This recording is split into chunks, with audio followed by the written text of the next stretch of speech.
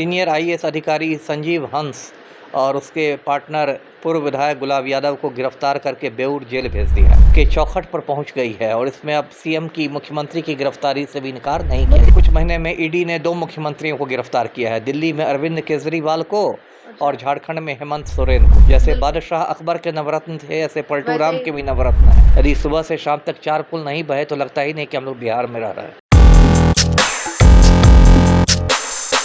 नमस्कार, आप देख रहे हैं निष्कर्ष न्यूज और मैं हूं आपके साथ प्राची सिंह। बता दें कि बीते दिन की बात करें तो बिहार से नीतीश कुमार के दुलरुआ आईएएस संजीव हंस की गिरफ्तारी हो जाती है और वहीं उनके बिजनेस पार्टनर की बात करें तो पूर्व विधायक गुलाब यादव की भी गिरफ्तारी होती है। आखिर ये लिंक अब कहां है?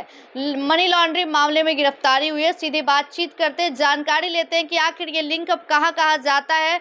पूर्व आईपीएस अमिताभ दास जी कैसे देखते हैं इसे? लिंकअप कहां तक होगा? आखिर क्यों इनकी गिरफ्तारी हुई? ईडी ने गिरफ्तार किया बीते दिन। देखिए, बड़ी खबर है। दर्शकों को मालूम होगा कि कल ईडी ने सीनियर आईएएस अधिकारी संजीव हंस और उसके पार्टनर पूर्व विधायक गुलाब यादव को गिरफ्तार करके बेऊर जेल भेज दिया है।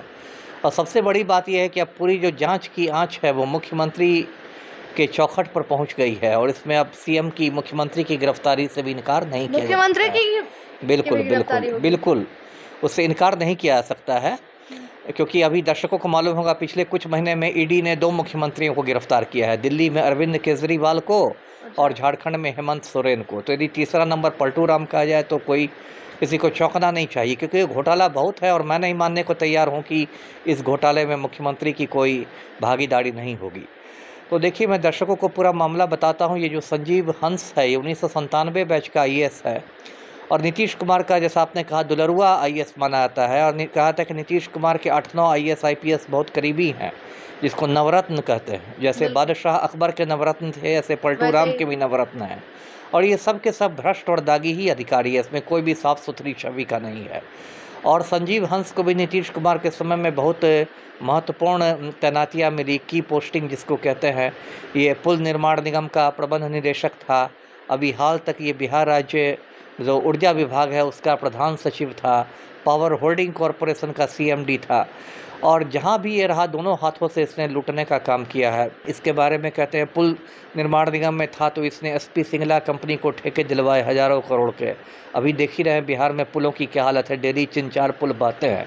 यदि सुबह से शाम तक 4 पुल नहीं बहे तो लगता ही नहीं कि हम लोग बिहार में रह रहे हैं। उसके बाद आप देखिए, स्मार्ट मीटर, उसको लेकर बिहार में हाहाकार मचा हुआ है। उसके बारे में कहते हैं कि स्मार्ट मीटर बनाने वाली कंपनी से संजीव हंस ने मर्सिडीज़ कार घूस में ले ली थी। मर्सिडीज़ कार जो जर्मनी की बनती है कार, बहुत महंगी कार होती है। और मोहाली है चंडीगढ़ के पास पंजाब में, वहाँ कहते हैं कि संजीव हंस ने एक 95 करोड़ का रिजॉर्ट खरीद लिया था। तो लूट का बाजार बिल्कुल गर्म था। और लूट के मामले में जो गुलाब यादव है, ये संजीव हंस का एक तरह से पार्टनर था। चोर मौसेरे भाई दोनों को कह सकते हैं। और गुलाब यादव झंझारपुर से राजद का विधायक रह चुका है, लालटेन छाप। उसकी पत्नी अंबिका यादव अभी एमएलसी है और उसकी बेटी है बिंदु यादव, वो मधुबनी जिला परिषद की अध्यक्षा है। तो गुलाब यादव भी संजीव हंस के साथ था और कहते हैं कि गुलाब यादव की कंपनी में भी संजीव हंस का पैसा लगा हुआ है। तो इसके मतलब तार बहुत दूर तक फैले हुए हैं इस पूरे घोटाले के। और अब मनी लॉन्ड्रिंग मामले में पीएमएलए कानून है, उसके तहत इन लोगों की गिरफ्तारी हुई है। तो अब देखना है। नीतीश कुमार क्या जहां एक तरफ सत्ता पक्षी कह रही है कि जो भी भ्रष्टाचार करेंगे उनकी गिरफ्तारी होगी, लेकिन एक तरफ नीतीश कुमार के दुलरुआ आईएएस है। आखिर क्या कुछ होगा? असली बात तो यही है कि दुलरुआ ही है। देखिए, आज तक संजीव हंस को पलटू राम ने निलंबित भी नहीं किया, जबकि ईडी का रेड को भी 2-3 महीने बीत गए। लगातार ईडी का रेड हो रहा है, लेकिन पलटू राम ने निलंबित नहीं किया। यहाँ छोटे आरोप पर अधिकारियों को निलंबित कर दिया जाता है ना, लेकिन निलंबित नहीं किया गया। सिर्फ इनको ऊर्जा विभाग से हटा के सामान्य प्रशासन में बैठा दिया गया था, निलंबित नहीं किया गया। इसी से पता चलता है कि मतलब कितना ज़्यादा ये प्यारे हैं पलटू राम को।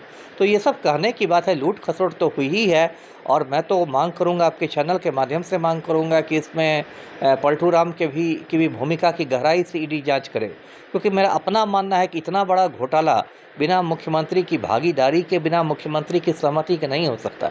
और जैसे चारा घोटाला में ठीक है अधिकारी लोग भी जेल गए, लेकिन लालू यादव को भी जेल जाना पड़ा। उसी तरह इसमें ठीक है अधिकारी लोग भी जेल जाएंगे, लेकिन पलटू राम को भी जेल जाना जरूरी है। भी जेल जाएंगे, जाना चाहिए।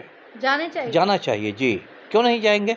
देखिए, राज्य में कोई भी तो फाइल पर जो आखिरी दस्तखत होता है, आखिरी आदेश मुख्यमंत्री का ही लगातार जो होता है। जदयू के लोग कहते हैं कि नीतीश कुमार पर आज तक कोई आँच नहीं आया है। तो अब तो आना नहीं चाहिए। देखिए, नीतीश कुमार के बारे में सब जानते हैं कि ये बिल्कुल माफिया के आदमी हैं। इस बिल्कुल। तस्वीर में देख सकते हैं दर्शक कि किस तरह माफिया डॉन अनंत सिंह के आज्ञाकारी चपरासी हैं नीतीश कुमार। और दर्शकों को मैं याद दिलाऊं कि बिहार के इतिहास का जो सबसे बड़ा घोटाला है, हाँ। सृजन घोटाला, लगभग 2500 करोड़ का घोटाला है, वो भी नीतीश कुमार के कार्यकाल में ही हुआ है। उसमें भी सीबीआई कछुआ चाल से काम कर रही है, नहीं तो उसमें भी नीतीश की गिरफ्तारी होनी चाहिए। और अब तो ये मामला फिर आ गया है संजीव हंस वाला, तो इसमें तो गिरफ्तारी होनी ही चाहिए। देखिए क्या होता है। बहुत बड़ी बात कह दी आपने। हाँ, मैं बड़ी बात ही कहता हूँ, छोटी बातें मैं क्यों कहूँगा जी। चलिए, क्या इफेक्ट पड़ेगा इसका चुनाव में, चुनावी साल? एक तो होगा कि जो नीतीश कुमार ने सुशासन बाबू की छवि बनाई थी, वो छवि पहले ही तार-तार हो गई है। और इसका तो छवि पर सरकार का धक्का लगेगा ही, जब मुख्यमंत्री का इतना करीबी अफसर लूट-खसोट के मामले में जेल चला जाएगा। तो लोग तो ये सवाल करेंगे ही कि ये नवरत्न का आपका ये हाल है। हो सकता है आने वाले महीने में जो नीतीश के बाकी नवरत्न हैं उन पर भी जी, महिलाओं पर भी छेड़छाड़ का आरोप लगा था। छेड़छाड़ से बड़ी चीज़ का आरोप लगा था, रेप का आरोप लगा था। बिल्कुल। और उसमें तो एक महिला है जिसने जो 8-10 साल के लड़का को लेके घूम रही है, वो तो कहती है कि इस बच्चे का बाप संजीव हंस है। और इसको लेकर रूपसपुर थाना में कांड संख्या 18/2023 भी दर्ज हुआ था, रेप केस। बाद में फिर हाई कोर्ट ने इस एफआईआर को रद्द कर दिया, लेकिन वो महिला फिर सुप्रीम कोर्ट पहुंच गई, अब वहाँ पर मतलब सुनवाई हो रही है। तो वो तो उसमें भी मैंने मांग की है बार-बार कि उसमें डीएनए टेस्ट होना चाहिए। यदि किसी बच्चे के बारे में कहा जा रहा है कि इसका पिता संजीव हंस है, तो आज तो विज्ञान इतनी तरक्की कर गया है कि 1 मिनट में आप संजीव हंस के खून का नमूना लें और डीएनए से मैच करा के देख लें। जी। बहुत बहुत शुक्रिया अमिताभ दास जी, आपने साफ तौर पे सुना, बड़ी बात कहते हुए नजर आ रहे हैं। इस मामले में लिंकअप जो है मुख्यमंत्री नीतीश कुमार की भागीदारी की बात कर रहे हैं, क्योंकि इतने बड़ी लिंकअप जहां हजारों करोड़ के जो घोटाले हुए हैं, नीतीश कुमार की भागीदारी है इसमें। क्या ये सच में नीतीश कुमार सच में जेल जाएंगे? ये हम नहीं कह रहे, ये पूर्व आईपीएस अमिताभ दास का कहना है। ये भी देखने वाली बात होगी, क्या नीतीश कुमार जिस तरीके से ईडी के शिकंजा में आज तक नहीं फंसे, आज तक कोई दाग नहीं आया, लेकिन इतनी बड़ी बात कह दी है। अगर बात करें दिल्ली और झारखंड के सीएम, तो ईडी की गिरफ्तारी की चपेट में आ चुके थे, लेकिन बिहार में इनका क्या नाता होगा? क्या सच में इसका इफेक्ट देखने को मिलेगा? ये भी बात तो जब चुनावी साल आएंगे तब देखना होगा। फिलहाल के लिए दे हमें इजाजत, धन्यवाद।